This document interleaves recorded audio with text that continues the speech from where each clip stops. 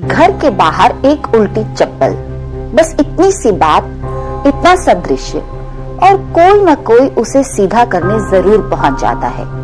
ना कोई पूजा, ना कोई मंत्र, पर फिर भी लोग रुकते हैं। क्यों?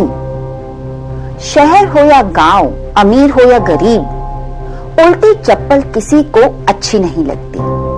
कहते हैं ये घर में कलह लाती है। उल्टी चप्पल बेचैनी बढ़ाती है, इसलिए बच्चों को सिखाया जाता है उल्टी मत छोड़ो। लेकिन ये बात कितनी पुरानी है। एक किस्सा जो अक्सर सुनने में आता है वो ये है कि एक घर में दरवाजे पर कई दिनों तक चप्पल उल्टी पड़ी रहती थी। लोग ध्यान नहीं देते थे, फिर भी बिना वजह घर में झगड़े बढ़ने लगे।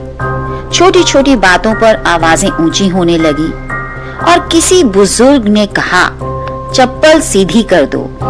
उसके बाद कुछ बदला या नहीं ये कोई पक्के से नहीं कहता, पर चप्पल फिर भी कभी उल्टी नहीं छोड़ी गई। एक और सुनी सुनाई बात। एक बार एक बच्चे ने उल्टी चप्पल को लात मार दी। उसकी दादी ने उसे तुरंत टोका और कहा ऐसा नहीं करते।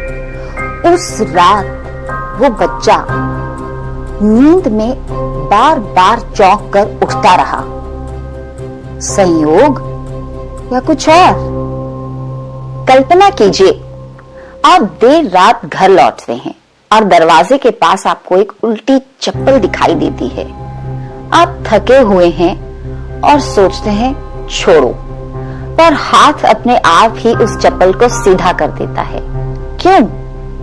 क्योंकि कुछ चीजें हम डर से नहीं, आदत से नहीं, परंपरा से करते हैं। कुछ लोग कहते हैं उल्टी चप्पल रखना अनादर है घर की लक्ष्मी का।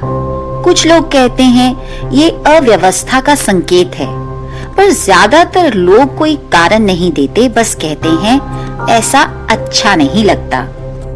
उल्टी चप्पल शायद सिर्फ एक चप्पल हो, या शायद कोई संकेत, या फिर कोई ऐसी परंपरा जिसे हमने बिना सवाल पीढ़ी दर पीढ़ी निभाया है।